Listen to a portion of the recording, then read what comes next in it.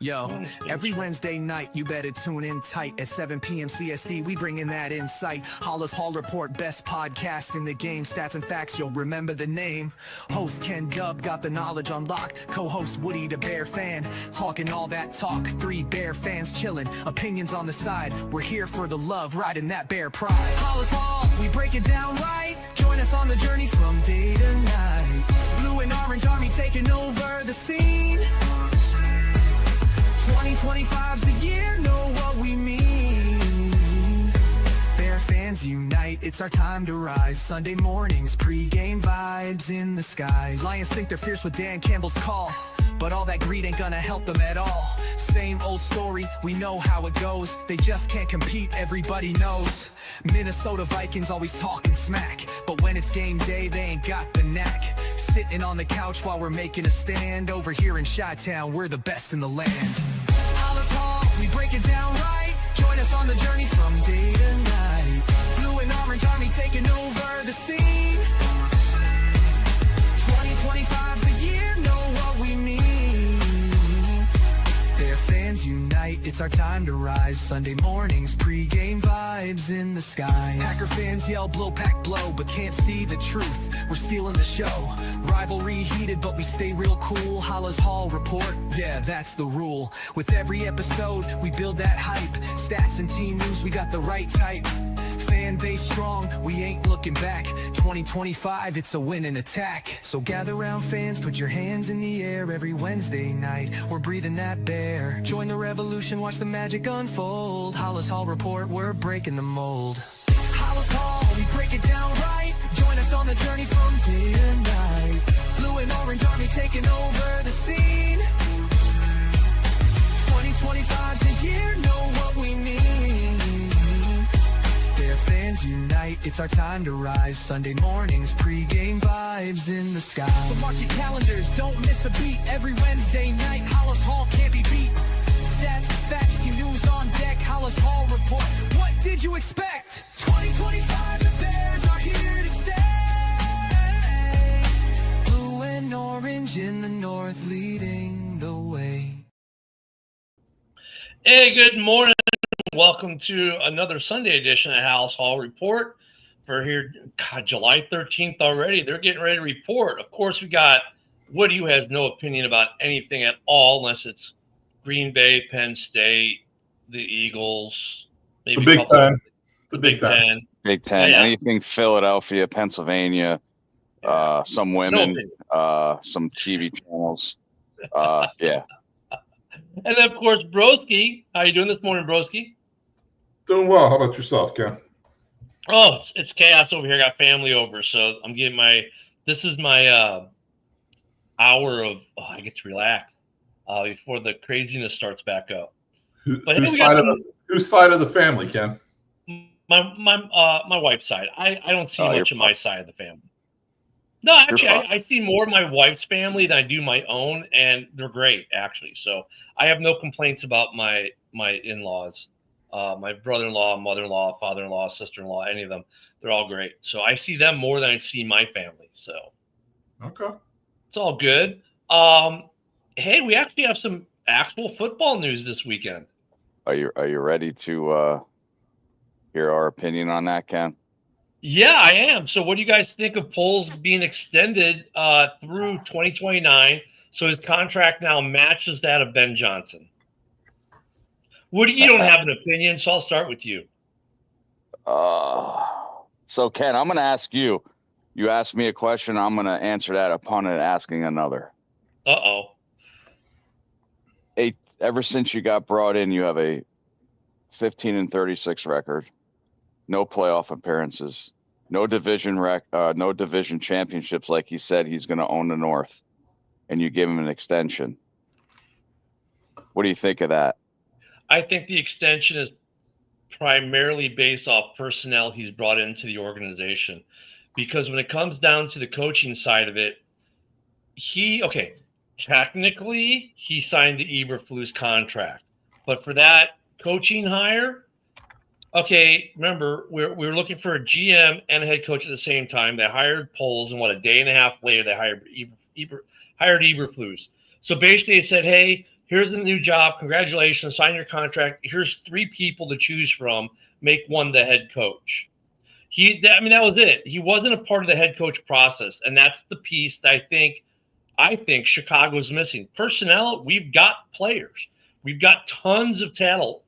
We're oozing talent, right? The talent is there. The team is built. They didn't have coaching. And last year, it came to a head when, look it. We fired an OC midway through the season.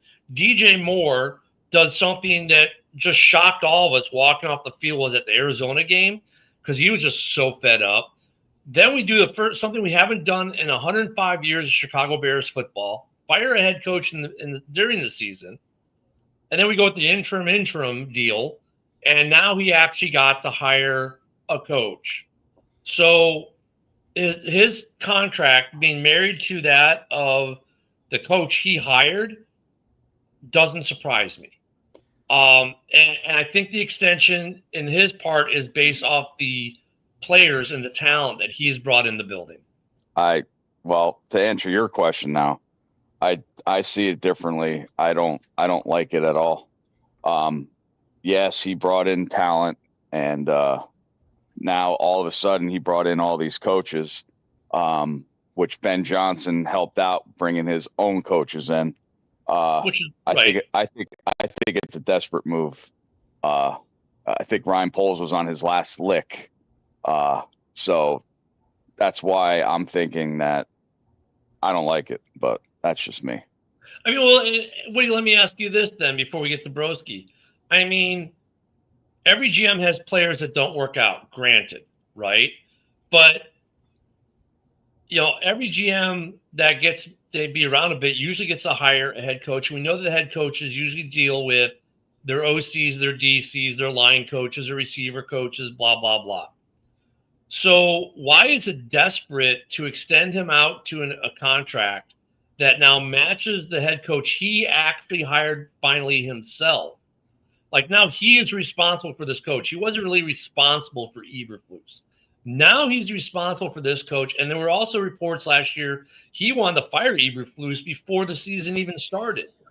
So how is this a desperation move? Granted, he's brought in talent. Yeah, you had a Chase Claypool. Yeah, you got that, right? But look at this receiving core. Look at this offensive line he assembled this year. Because everything in pieces, you can't get it all at once, right? Look at the tight end room. Look at the running back room. Look at the defensive players on this roster as a unit, right? Has he not brought in exceptionally skilled players and was basically the downfall on this team? Was more with the players that were signed this year to boost up the offensive line, stuff like that. Was that all Poles, or is that some of that was Ben Johnson as well? It's Poles. Ben Johnson probably had some say being an offensive-minded head coach, but look, we all knew they were gonna target Dahlman. I think the one that's got the biggest footprint as far as being from the head coach would be Jackson, with Jonah Jackson, right? Because he played for him in Detroit. But Tooney, that's probably more Poles wheeling and dealing with his old KC counterparts than anything. And everyone knew we were going to try to go after Dahlman. We were talking about it before the season even ended. Broski and I had discussions on whether or not Dahlman was the answer or we should keep what we have because the numbers weren't too bad. So as far as certain statistical numbers. So, I would say it's Poles mostly, but yeah, you're going to get influence from your head coach, just like Eberflus probably had influence on some free agents on the defensive side of the ball. Yeah, I'm sorry. If my GM was an offensive lineman, that's the first thing I would be building up. And ever since he's been here, our offensive line sucked. We ruined Justin Fields. I wanted to keep him as well. Then in my opinion, we signed the number 2 quarterback in the draft last year, and then we get the number 2 tight end ranked this year. If it doesn't work out with all this firepower, again, we had firepower last year, just our offensive line sucked. If this doesn't work, I think totally this extension was the wrong move. What do you think, Broski? Yeah, I mean, essentially they're giving Poles a free pass for his first three terrible seasons. They're wiping the slate clean with them. I have a hard time believing that he had no say in the initial hiring of Eberflush. Well, expand on that though, Broski. How do you have no say? He was handed a list. It's widely been documented they was given a choice of 3 coaches to choose from, and then a day and a half later, he hired Eberfluss. So how did he have a choice in all the going through the interview processes and everything else? Where was that choice? Well, I mean, you're the one who said that it wasn't his choice, so I'm kind of confused about that now. It wasn't. I mean, he wasn't there for the interview. It wasn't. Okay, let me try to explain this better. So Poles was not there for the interview process. Poles did not get to whittle down the list from 15 candidates down to 3. Poles was given, here are 3 people, choose one. And he just, here's our interview notes. Here's what we jotted down. Make your decision. It's not like Poles got to interview him. It's not like Poles was a part of the process, the entire process. He was basically like, hey, Broski, here's Woody's resume. Here's Mike's resume. And here's Ken's resume. Pick one. That's basically what happened to him when they hired Eberflus. Yeah, I mean, again, I'd have to go back and verify that. I really don't buy that on the surface. Also, you know, it's another one of these things. Like, he built the team backwards. He instead of building with the trenches, he built the team backwards. His record's 15-36. So I guess we're giving him a free pass for Getsy. We're going to give him a free pass for Waldron. And now all of a sudden, it's not up to him to be able to fire Eberflush. You know, a year ago, because he's only the GM. So, you know, people are just going to bend and twist the narrative because they, for some reason, like Poles. I have no idea. All I know is if you're 15-36, you should get dropped. You should get dropped fast. And if that really was the initial hiring process for Eberflush, that just proves how dysfunctional the Bears are. So let's go back here, though, a couple things. Yeah, but Ken, I really wanted to finish my thoughts on this. You know what I mean? So, like, here's the thing. Like, this is a dysfunctional move by a dysfunctional organization. And I hope that Ben Johnson has enough fortitude to overcome Poles and overcome the ownership and overcome Warren. That's what I hope. If we look at Poles, I mean, Poles has made some just terrible freaking signings. He didn't build the trenches. He's made some, after the second round, like, terrible draft picks, like, you know, Byron Pringle, Al-Qaeda Muhammad, Lucas Patrick, Nate Davis, Robert Tunyon, Dylan Cole, you know, Gerald Everett. You know, you draft Velas Jones, you draft Dominique freaking Robinson, you draft what GM doesn't have misters? But I'm saying, okay, that's not what I'm saying. I'm saying after the second round, he hasn't hit shit. So find me a GM that hits all the time. I mean, they're rare. I'm not saying he has to hit all the time. I'm saying in 3 years, you think he would hit on somebody after the second freaking round. He has, hasn't he? Let's look at his draft picks. I got him up in front of me right now. I just want to piggyback off Broski, and I think he is correct. You tell me a team out there with a 15-36 record that they wouldn't drop their GM. Yeah, I mean, there's not many teams out there. There's not many fucking teams out there that GM would have been dropped. Yeah, absolutely. The Bears doing everything ass fucking backwards again for the third time in a row. They're not timing up, bringing in a new coaching staff, with drafting a new quarterback, with having a new GM. Like, it's absolutely asinine. Okay, okay, Brisker was Velas. Braxton Jones, 5th round pick. He's been serviceable. Obviously, he's been the starter up until now. Dominique Robinson, he was a 5th round pick. Doug Kramer hasn't panned out yet, but he's still growing. Let's go back here. Terrell Smith, 5th round pick. Noah Sewell hasn't done anything as linebacker. He's been hurt more than anything. Roshan hasn't panned out in the 4th, and we've all said that's just because we've never used him correctly. Correct? I mean, that's been the argument everyone's made. Torrey Taylor was a 5th round pick. Austin Booker was a 5th round pick. We got to give him some time because they were just picked in the 24 drafts. I mean, his draft post second round isn't terrible. I mean, kind of what you expect. Bad. Like, Dominic Robinson sucks. Pickens sucks. You know, Terrell Smith, okay, he's a backup, 5th round pick backup. Torrey Taylor, he's a good punter. You know what I mean? So, like, other than those two, like, Braxton Jones is a disgrace of a left tackle. He fucking okay. You're telling me. Sucks. He's been the starter since he was drafted. So that doesn't mean he's good, Ken. Like, I watched the game. That doesn't mean he's trash either. He's better. He's better than He's better than what? I mean, look, he's a starting. He's been a starting left tackle, so that means he's the top 32 in the league. So that's not trash. That's not necessarily true, but yeah, he has missed 5 games last year. He missed 6 games the year before. The games he does play, he gets a ton of freaking penalties. Like, he can't anchor. He's not good. He plays like a 5th-round kid from Southern. Look, a lot of what you said about Poles is just inaccurate, though. Too, like he didn't. I mean, man, you want to go out of your way just to defend Poles and every player that's ever played for the Bears? I get what you guys are saying. Are you saying Byron Pringle was good? Are you saying? I get what you're saying. Record-wise, and you don't like some later round draft picks. Got it. Okay. But let's look at the fact that it's not later round draft picks. You can't do that with me. Like, it's after the 2nd round. Some of these 3rd-round picks are actually what you consider good. Felix Jones is a good pick. Zach Pickens is a good pick. Sherrod Amagaji is a good pick. Really? Zach Pickens is a 3rd-round pick. He was a 2023. Let's see how he does. You got to give him more than a year or so to judge, right? Roshan Johnson, Tyler Scott's still on the roster and usable. Terrell Smith is usable all the time. He's proven that. 3rd-round pick, Velus Jones was bad. Braxton Jones is still on the roster. And he's going to be playing somewhere in the league, if not for the Bears after this year. At minimum, he's going to be a good depth piece. Dominique Robinson is going to be at least a depth piece.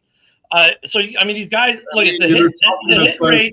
The hit rate overall on guys past the 2nd round, as you know, it goes lower and lower and lower and lower and lower the first. Back in the draft you go. And yet here you are this year saying the 7th-round pick is going to be this massive hit. So, and you know what? He probably won't be given the one thing that isn't true. Anytime a Bears player is drafted and plays for the Bears, doesn't automatically make him good. Now we're in the future. True. You know what I mean? So here's the thing. What are you disagreeing with that I'm saying? Are you saying Dominique Robinson and Zach Pickens? So here's the thing. No, because don't get me sidetracked on just the players. Your overall argument. This is our argument. It's not sidetracking. It's sticking to the facts. What my argument is. We keep going. Yeah. Okay. So of your many arguments, Broski, let me keep addressing them. Oh, we're not breaking the cycle. Once again, we're not breaking it. Well, actually, this does break the cycle. We're actually not. Hold on, Broski. We are. Because it marries, at least partially. You now have your head coach and your GM married. Yes, the quarterback cycle didn't get broken. We got that. But the head coach, don't Ken me. Hold on, let me finish the thought. The head coach, which he got to hire and vet and go through the entire process with, and him are now married. Okay, they are married now. Their contracts end at the same time. They are married. Now you can go on about draft picks, and you can go to any GM in the league and poke holes in how they've drafted to your standard. What you say sucks and doesn't. We're not talking about any GM in the league, Ken. We're talking about polls, and I'm laying out facts. Who he drafted. And I'm giving you the counter right now. You can go to all 32 teams, and you can go, yep, they missed on that one, that one, that one, that one, that one, that one, that one, to the draft. That what I'm saying is that's non-unique. It's a non-unique argument because every GM has. It's not a unique argument. Isn't a pro argument for Ryan Poles? Show me what he's done. It's not a negative argument either. Like you're making it. Oh, well, he can't hit in the 3rd, 4th, 5th round overall. I don't like any of these players. Yeah. Well, you can go to every roster and do the same exact thing. So it doesn't matter what GM you have. He signed shitty ass free agents too. He traded a 2nd round pick for Claypool. I mean, what are we doing with this guy? Claypool was bad. I mean, everyone's going to have bad ones. We get that. DJ Moore. Well, what about the trade he pulled to get DJ Moore in the draft call? Was that not a good move? That's one of the only good things he's done. I mean, that was a great trade. That was a phenomenal trade. You got to understand, like, 2 of his 3 years, the Bears have been last place in the division. One of the years, I get that. That's not all on a GM. 15 and 36. It's just amazing to me that you want to compare like all these late round picks to other teams missing on late round picks. Well, I mean, the point is they all miss on late round picks. All these other teams, their GM would get don't hit. Their GM would. But the Niners got their starting quarterback with Mr. Irrelevant, and that's the first time it's ever happened. So that's now the bar. I mean, look, every team out there will get a gem now and then. You know what I mean? Like, you can't discredit facts. Facts can. Yeah, you Facts can don't quote care the about your facts are feelings. that every GM has that issue, broski. That's Facts the point. do not care about your feelings. Okay, we can And, go and, through and all broski, 32 teams. take but we're your own talking about advice because Ryan what I'm Poles. telling you is your facts apply to every single GM out there. No, they don't, because we're talking about Ryan Poles specifically. They, Okay, and if you want to apply, because look, if you want to apply if you your fire logic, Poles, what are you going to do? You're going to hire a guy who does the same if you want to apply your logic, then guess what? So if I go by your logic, no matter who the Bears hire, they'll never have a GM that meets your standard. All other GMs would be held accountable for the head coach being a bust, for the offensive coordinators being a bust. Not necessarily. What world are we living in? You know what I mean? I live in a place called reality. That's all. I'm sticking. I live in a place called reality too, and now they look at. Like I said, they like what the team he's put on the field. They like the player personnel he's put on the field. This is why he gets the extension. They like the personnel he has on the field and the moves he's made to put the person on the field. He's now hired a head coach. They're going to marry him to the head coach. Switching up the GM does what? What does switching up the GM do after you just hired a coach? What does that do? It creates. Oh, yeah, that cycle you talked about. Well, now we kind of degrade some of that cycle because now we've married the head coach and the GM together as one. But no, broski, you want to fire him and bring in another GM, which is going to disrupt things further because what do GMs like to do? What did this GM do when he got here? He started getting rid of the guys he didn't bring in. You're bringing in a whole new coaching staff and a new head coach. You'd bring in a new GM and get rid of the guy. You just hired a coach. Yes, you would trash the guy who went 15 to 36. So, yes, we're bringing in a new coaching staff. Time to bring in a new GM. Yes. Right. And well, we're bringing a whole new roster, broski, because what did these GMs do? They gut the roster, bring in the guys they want for their vision. Well, I mean, considering the Bears have won 15 games the last 3 seasons, might not be the worst idea. So you're saying that was all a personnel issue and not and there was no coaching issue there. Plus Poles had one more year. Now, I wouldn't have extended him yet. I would have saw how this year went. And if it doesn't go well with Ben Johnson and all these new players, new coaches, then I would have got rid of Poles then if that he was the issue. I would not. I think the extension was too soon. That's me. Yeah, I mean, you could have waited a year. I can see that, Woody. Like, I can see that argument. Like, wait the year, see how he does, and if the Bears are like, or maybe wait till mid-season, right? If the Bears are in the playoff hunt, if they're or have a good winning, let's say you're 10 games in, the Bears are 6-4 or 7-3 or some, extend them, right? At that point of the season, like do it then.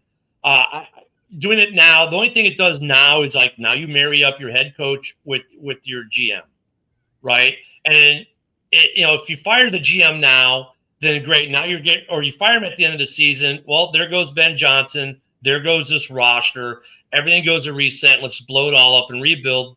And that's what happens when you hire these GMs.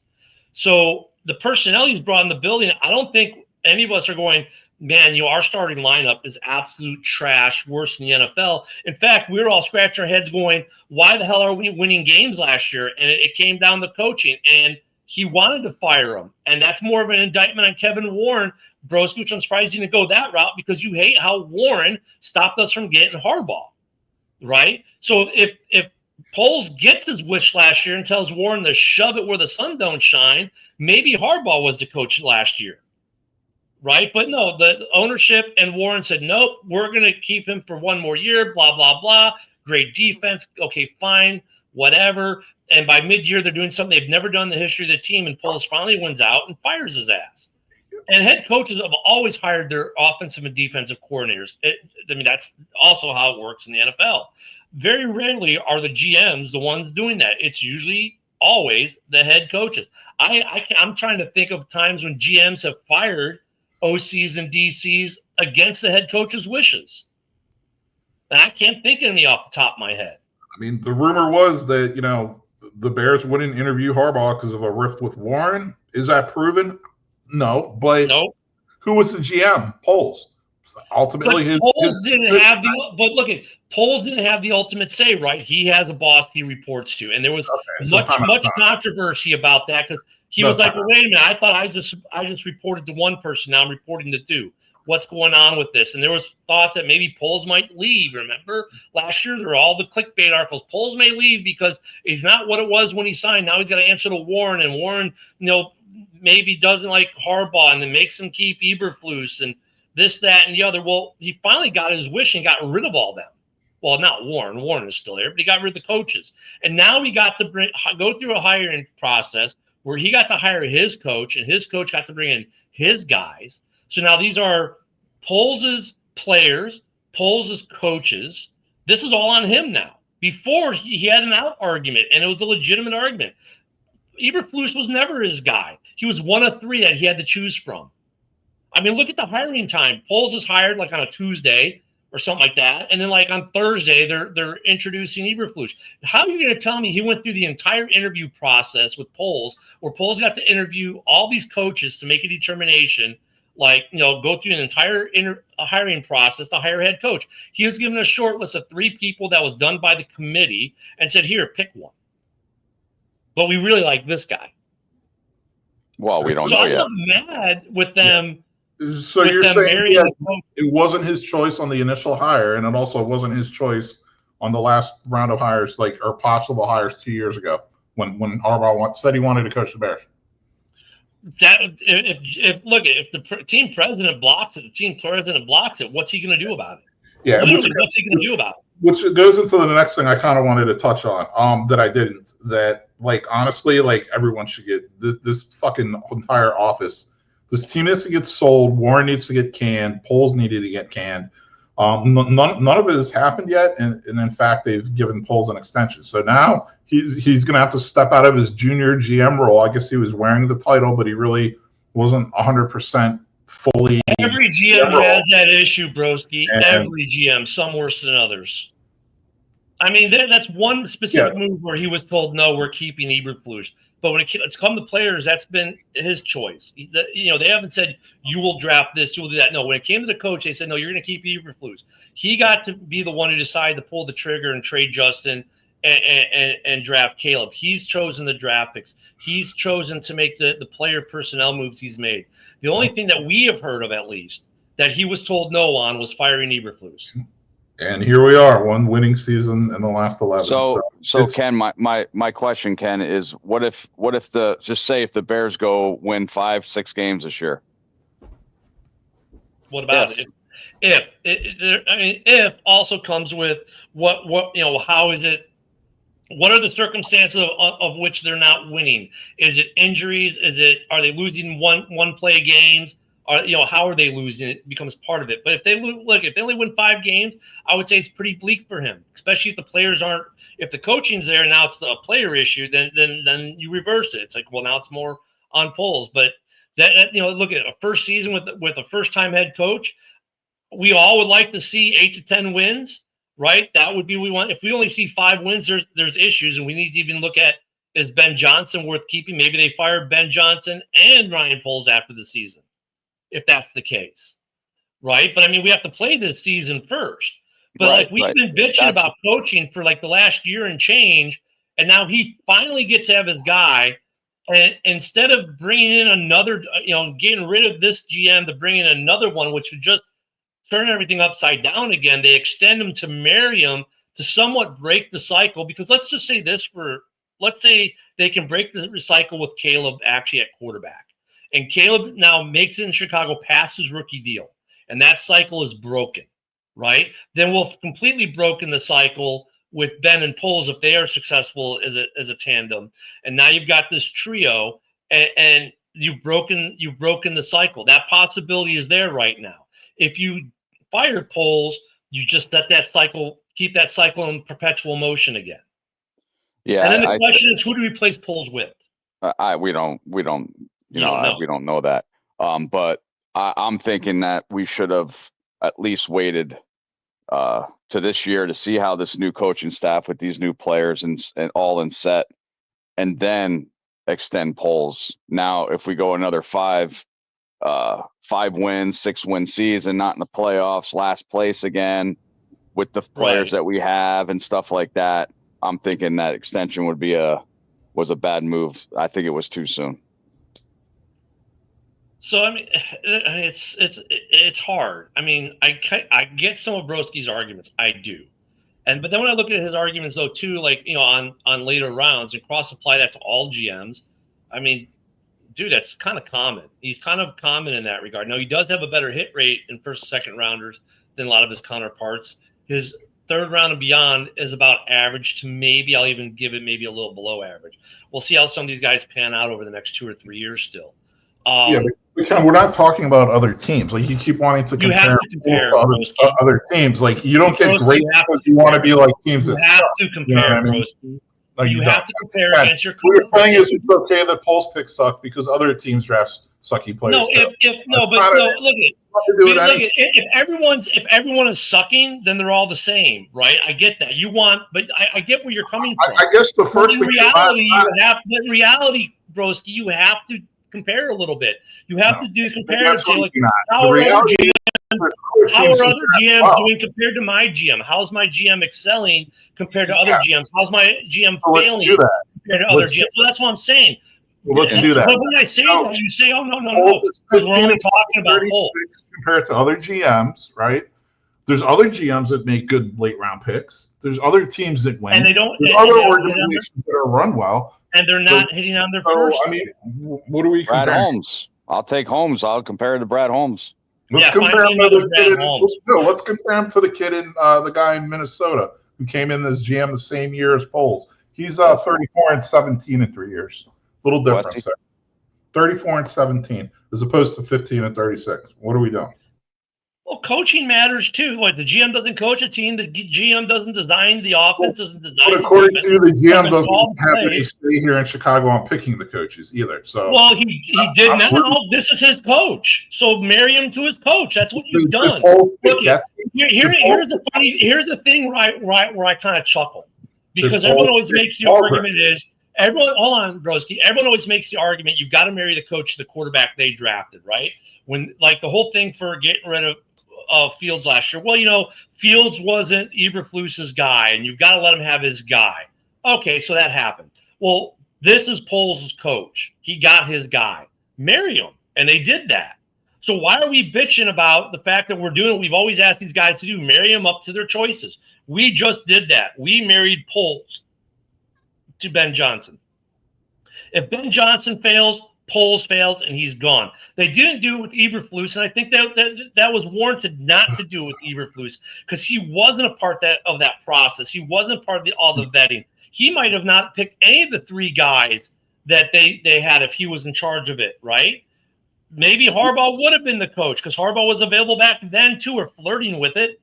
So maybe that situation would have been different. But now they've married Poles to his head coach, and rightfully so. So what's wrong with that? They haven't corrected anything because they still haven't done the process the right way. Ben Johnson didn't just married the coach. Well, what's the right way? You have a first-round pick, overall pick, to draft a quarterback.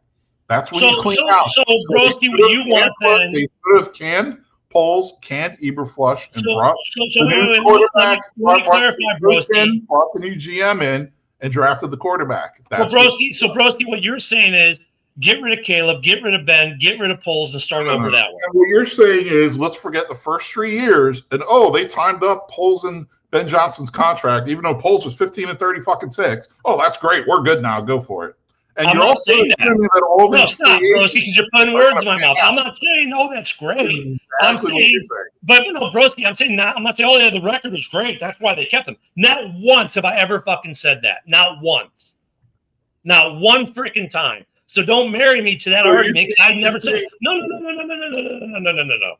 I never said that. What I said is they're breaking that cycle. They've married the head coach to the GM. If the head coach fails, the GM is gone. And you know what else that's going to mean? The quarterback will be gone, and then they'll be able finally, if that were to happen, they'll hire a GM. He'll go hire his coach, and they'll draft their quarterback, and then they'll get the cycle you want.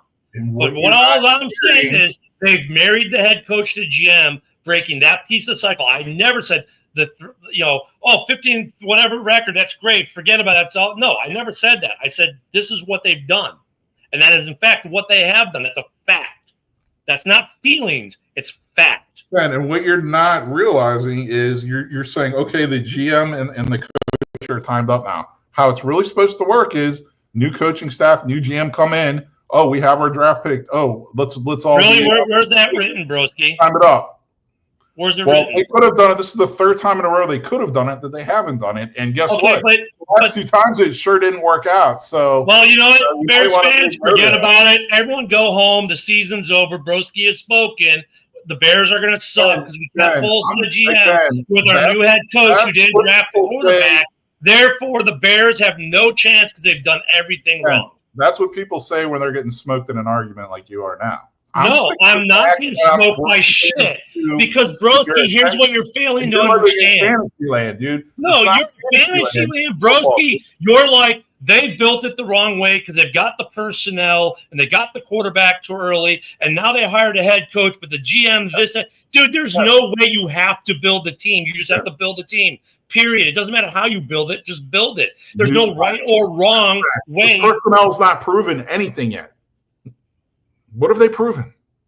Every offseason. That's what we got to play the games and see. We got the talent. They don't do it. So let's see them do it. Because great, exactly. So give them the opportunity. Because here's the thing that's going to kill me, broski. If the Bears go off the rails and win 11, 12 games this year, win a division, then you're going to be sitting there going, what? Well, they built it wrong. We should have gotten Roger Poles. Let them play the season.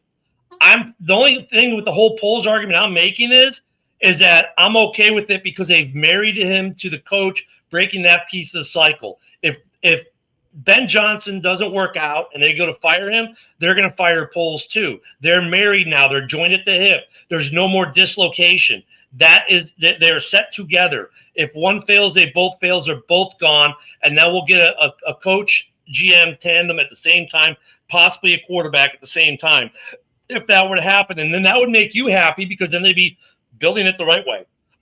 That's all I'm saying. I'm not saying that the record of the past should be forgotten. I'm not saying that at all. But what I'm saying is that part of what they kept him for is they like the personnel group he's brought in, and they like where the trajectory of these players that they brought in are looking to go. And they're saying, look, we like what you've brought in overall. We have a very talented roster. Now you've got your coach, so that's no longer going to be the excuse because you've brought in your coach now. So you can't say it was a coach that you never had faith and confidence in. This is your guy. We're going to marry you to him, and they're going to see what happens this season. And the only argument of all this that I don't like the Ryan Poles extension that I buy into at all is Woody's, because Woody makes a solid point. They should have waited maybe to do that until maybe not the end of the season, but maybe mid-season. Let's say they're 7-3, they're 6-4, somewhere around there, and then do it then instead of if they win 3 games this year, firing them. But either way, they've sent a message that they're going to marry the GM to the coach, and if one fails, they're both failing and they're both gone, and then we're going to blow this team up and start it from scratch. And then will the next guy build it the way you want him to build it? Who knows? Everyone builds stuff differently. Okay, so the trenches were the last thing he did. Got it. He did it ass backwards by you. But you know what? At the end of the year, if they win a division this year, who fucking cares how they did it? They did it. Yeah, I mean, it's not ass backwards by me. It's the fundamentals of football. Like, honestly, where's that written? Dude, it's not written anywhere. It's people who've been watching football for decades. If it ends up being successful, who cares? So if they win the division, they won the division, but they did it wrong. And how good teams have been built, right? And you're just gonna I mean, we'll see how this year goes. Okay, so if this works, broski, let's say they win the division this year, let's just say, then your whole argument gets thrown out the window completely. Like everything you just said. No, because Colts has made shitty ass draft picks and signed shitty ass free agents. So the Bears aren't going to win shit. That's not going to change the past. That's not going to change that he was. I don't care about the past because I don't live in the past. I'm living towards the future. I'm living for tomorrow. I'm not living for yesterday. I'm living for tomorrow. So if the Bears win the division, it doesn't matter because they've done it all backwards. When you give an extension, it's not with ignoring what they've done in the past, So hey, we'll see how it goes. But when we give contracts, though, wait a minute. So when we give contracts, though, we hate it when they give contracts based on what they've done in the past. Don't we like it better when they give contracts based on what we think they're going to do in the future? Correct? Yeah, that's a little different because you're actually playing the freaking game. Your body ages. Yeah, it's a little different there. You're not going to sign like a 31-year-old defensive end to like a 5-year extension because he's been, he's had X number of sacks for you during his career. Like, you're not. Like, it doesn't matter if the GM is, 41 or 51. So it's a different goalpost then, right? So yeah, I they can't give Poles the extension. They can't give Poles the extension based on what they think his team is going to do over the next 5 years. They should only make a decision based on what's happened in the past. I don't like to be assuming shit. No. Like, say if we draft a rookie and he does okay, and we have a chance to do his 5th-year option because he's just doing okay, and then we offer him a contract thinking he's going to be better. I don't like that.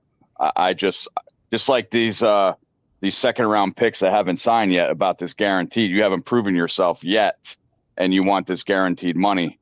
It's bullshit. It's bullshit to me. That's gonna last, man. My God, only two second-round picks have signed so far. Right? And then there's 2 first-round picks that didn't sign yet either. Well, the first-round picks, I don't know what their deal is. The second-round pick's a whole other story because they're waiting to see what Seattle does with the 3rd pick in the second round, whether he gets a fully guaranteed contract or not. If he gets a fully guaranteed contract, then he go to the next team and the next team until finally someone doesn't get a fully guaranteed contract, and the rest will sign a regular second-round contract. I mean, we know that's what's going to happen. And they got to report in 6 fucking days too. Yeah. I mean, so we're probably going to slew. Someone's going to sign eventually. Someone's going to break it. But I mean, when it comes, go ahead, Woody. Overall, just with the Poles stuff, I think it's too early. That's just me. Let's talk about something else. And because Broski, I get where you're at. Woody, I kind of tend to agree with you more than I do Broski on this. And I'm like, look, let's play the season. Let's see what happens. For me, the best part of all of this is none of the stuff that Broski and I have been talking about. It's just more overall. But except for the one thing where now they've married the GM to the quarterback, so that if one goes, they're both going to go. And it probably would also mean that Caleb's going to go, and then we could maybe build it right. So we'll see. Yeah, the last thing too is like, and I see what Broski's saying too. We got to go by what the past is, because I get that piece. If the coach isn't doing well in 3 years, the known thing is they're gone. Because it's his guy, now, and that's why with the Eberflus stuff, I give him a little bit of a mitigating circumstance, because while he got basically handed, here's 3 people to choose from, he wasn't a part of the process, and Flus was never truly his guy. Now he has someone who truly is his guy. It's 100% on him. The last one was on, and that was even predates Warren, but that was on George, who's now taken himself out of football operations, and the committee they formed, right, to do that hiring that time. Now this is completely on your GM. It was hands-free, weapons-free for the GM to do what he wanted to do, and he did. And now you've married him to that choice, whereas before you really couldn't, because it wasn't 100% his choice. It might have been unfair to do so. On the player piece, let's see what happens this year with these guys. Broski doesn't like a couple of them. Like Braxton Jones, who started every year because he thinks he's trash, but he'd probably get a contract with any other team in the NFL if we released him in some capacity. Maybe I might agree with Broski. He's not the best left tackle as a starter, but he would definitely make a roster any one of the other 31 teams as a depth piece, and we get a nice little payday. So, I get that. And there's been other stuff that's happened with injuries and stuff, and players don't work. We get that. And now we got the other thing with second rounders, and Poles has to figure this out. He's got 3 second rounders. One, by the way, who's supposed to be our new left tackle, because the guy Broski hates probably won't be ready. How are we going to have a starting left tackle if we can't get him under contract? I definitely disagree with your Braxton take. I mean, I don't think he's definitely signing on. There's 32 teams that would sign him. But what I will say, what I wanted to ask you guys, honestly, was, are these second round picks going to show up to camp on good faith, even if they're not signed? Some of them. I don't think they can. I have to see. No, they can't. I think Luke looked it up the other day. So we got to find out if they can or can't. If they can show up at the camp practice, I believe. Okay. Wow. First of all, this is what I don't agree with, and I told Ken this before, is that your dream was to get in the NFL. You got drafted second round. you're playing, you're living a life. You fucking sign, you prove yourself, then you go in and after your rookie contract and get a contract. Anyway, if you can report but not practice, I'd be on that fucking sideline just studying. But I'd be fucking signing. I mean, Ozzie, he has to know in his head that, hey, I could be a starting left tackle this year. You know, Braxton Jones probably not going to be ready for the season. Who knows? I could be the starting left tackle. Sorry, Woody, let me give you this. This might help your argument. For many camps and organized team activities before training camp, unsigned rookies will attend on special limited contracts. Many camps and OTAs have a predetermined daily pay in the collective bargaining agreement, so there's nothing to negotiate. The contract entitles them to pay and all the CBA's normal protections for players, like limits on practice times, activities, and injury treatment and coverage workers' comp. However, if they don't have a contract signed by the time they go to camp, they're not covered and they cannot practice. Wow. But can they be there, though? Though they can show up, say I'm here, and they can watch, I guess, if the team lets them. You telling me you can't negotiate? You can't negotiate a rookie contract. We all know that. You can't negotiate guaranteed money. Well, you can negotiate a rookie contract, obviously, because they haven't signed. You can negotiate. You can't negotiate the overall value. That's set in stone. What you can negotiate, though, is whether it's fully guaranteed. You can negotiate, I believe, the amount of your contract, which is paid as a bonus. There are some small things that can be negotiated, but the overall value cannot. That's the only thing that cannot be. So if it's $6 million, it's $6 million. Now, how you get that $6 million is what you can negotiate. So I guess I was wrong. Then I thought they can only negotiate if it's guaranteed or not just a rookie contract. The bonus can be part of that, right? How much is paid as bonus up front? How much is fully guaranteed, and how that's paid? But yeah, basically, I guess the easiest rule of thumb to think of it with these rookie contracts, the dollar amount is set in stone. That's the only thing. The value of the contract's the only thing that can't be negotiated. Everything else can be. So they got 6 days to fucking get their heads out of their asses. Yeah. Well, go ahead. No, I was going to say, go figure. The Bears had 3 second-round picks this draft too, and they're kind of really looking forward to each one of them contributing this year. Right, and I was telling Ken this too, Broski, on Wednesday. The linebacker from Maryland, they're saying that he's a surprise of camp so far. The one that I gave a D- on the draft. So yeah, it just feels like, hey, Edmonds, you were a solid player, but after this year, you're probably gone. They'll probably shift Edwards to middle linebacker, and then Hippolyte will be the starting, weak side linebacker or whatever you want to call it. So right now, all eyes are on Seattle right now. Nick Emenwari, safety from South Carolina, is the next guy on the contract clock. If he signs a guaranteed contract, then Cleveland, who gave out the first guaranteed contract, it gets with the 36th overall pick, Quishon Junkins, running back out of Ohio State. Then if they give him a guaranteed contract, it goes to Miami with the guard they took at 37. Then at 38, New England took Trayvon Henderson, running back, Ohio State. Yeah. And then if he gets fully guaranteed, it comes to the Bears with Luther Burden III. And then after us, it goes to NOLA with Tyler Sugg at quarterback from Louisville. Then Buffalo, TJ Sanders. So whichever one of these teams, whatever kid does not sign a guaranteed contract. So let's say Seattle comes out, Nick signs his contract tomorrow. It's not guaranteed. The rest of the other 29 draft picks will probably all be signed within 24 hours because none of them will be holding out for a guaranteed contract anymore because the seal will have been broken, right? I mean, one or two may try their luck, but you would think that once number 35 does it, boom. But if 35 gets a guaranteed contract and 36 gets a guaranteed contract, because Cleveland gave their first pick in the round of guaranteed contract, so you'd think they'd give the second one if they gave if it comes back to them. Then it goes to Miami at 37.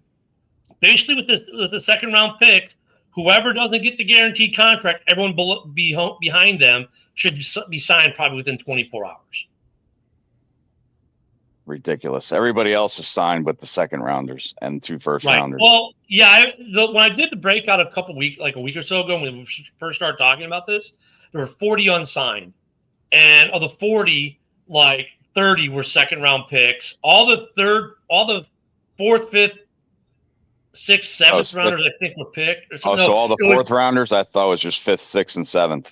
No, fifth, sixth, seventh. It was 5 in the fourth, 5 in the third, 30 in the second, 2 in the first, 30 in the second. That's 32, and then between the third and fourth round, there were 8 guys, maybe 4 and 4, something like that. Right. Is what it was, if I remember. But once one of them signs, and it's not guaranteed, the rest should fall like dominoes. Ridiculous. And we got 3. It is ridiculous. This is uncharted territory here, man. I mean, thank you, Cleveland and Houston. Yeah, I'd play fucking football for $200,000 a year. Give it to me, you know. And the cheapest contract in the NFL is over $900,000. Or is that $900,000? Right? What was that number? Like nine something? Something like that. Yeah, it was cheapest right contract. Yeah, that's ridiculous. If you look at it's like, but I get why they want fully guaranteed. I get it, you know. But first rounders started getting it, and now second rounders, and then and I understand where the GMs are because the cheapest contract is $840,000. I'm sorry. $840K is the cheapest. The cheapest second round deal this year is 1.2 or 1.4 million. I think these people are getting greedy off their nil contracts. Yeah, well, what happens if the second round? What happens if the players win? The second round guys they hold out. They get the their next win. year will be the third rounders. The third round will start. It's going to go to third round next year. Yeah, broski, that's called red shirt. I mean, but look at it though. I mean, but broski, think about it. What does the NFL want? What do NFL players want? Maybe not the NFLPA, i.e., the collusion case, but they want fully guaranteed contracts for everybody. They want to be like Major League Baseball. Everything's fully guaranteed. I get why NFL teams don't want that because of the way the salary cap is done. Like I fully guaranteed Woody, and now on a 5-year deal and 3 years out, he craps out. Now I'm still on the hook for that money. Not just to give him, but the salary cap. They don't want a league of Mark Priors, right? Pryor boy, Mark Pryor. There you go. They should make a happy. The Bonilla Day. They should have that national holiday instead of Juneteenth. That was a great contract he signed, man. But 1.8. So the NFL players will want.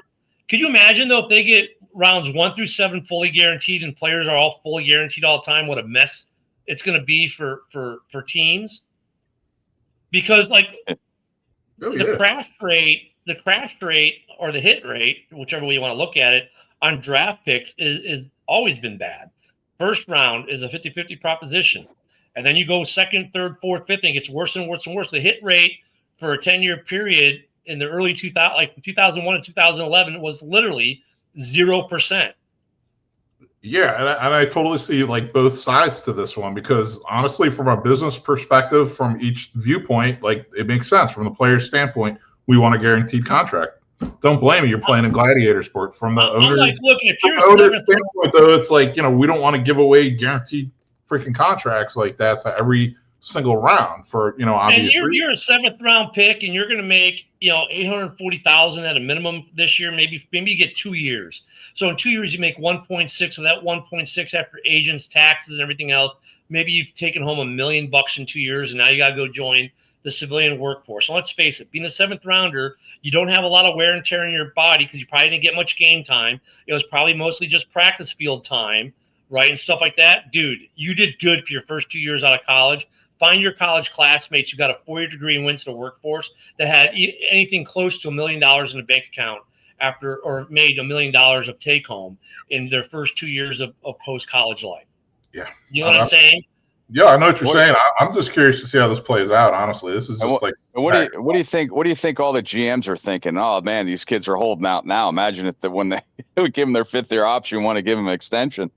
Yeah, I mean, Look, if it gets to Luther, let's say it gets to Luther Burden III, would you give him a fully guaranteed contract? No, none of these guys proved anything yet, man. I don't believe any fully guaranteed contract. They haven't proven themselves. Take the Deshaun. Look at the Deshaun Watson. Look what he's doing. Terrible deal. Terrible. What do you think, Rosie? I think the owners are going to stay uniform in their decision from here on out. So, well, would I play hardball? I would play hardball if I was an owner. Technically, the owners can't be unified in anything because according to antitrust, there are 32 independent businesses. I understand that, but I get what you're saying. I think if it comes to Poles' decision, he needs to hold the line and say, Luther, look, we love you, but we're not going to be fully guaranteed. Exactly.